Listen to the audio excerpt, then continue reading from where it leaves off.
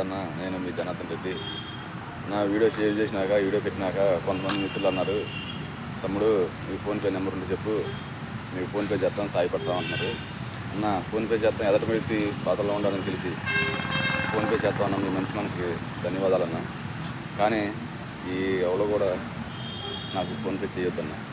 అది ఏమంటే ఏది చేసినా అది పవన్ కళ్యాణ్ సారే చేయాలి, మెగా ఫ్యామిలీ వాళ్ళు చేయాలి. రేపు రోజున ఈ పవన్ కళ్యాణ్ సార్ గురించి మనం కష్టపడ్డావు, నీకు ఏం చేశారని చెప్పేసి అని అంటారన్న. పవన్ కళ్యాణ్ సార్కి ఆ నింద పడకూడదు. అది ఏం చేసినా నేను బతికినా చచ్చిపోయినా నా భార్యకి ఉన్నాయి అంతే అన్న. ఒక్క మాట నిజమన్న, ఒకవేళ ఏదన్నా ఈ వీడియో నీ దగ్గరికి చేరకుండా ఏదన్నా పొరపాటున ఏదన్నా జరిగితే నేనైతే బతకలేనన్న. ఎందుకంటే తను లేకుండా నేనైతే బతకలేనన్న.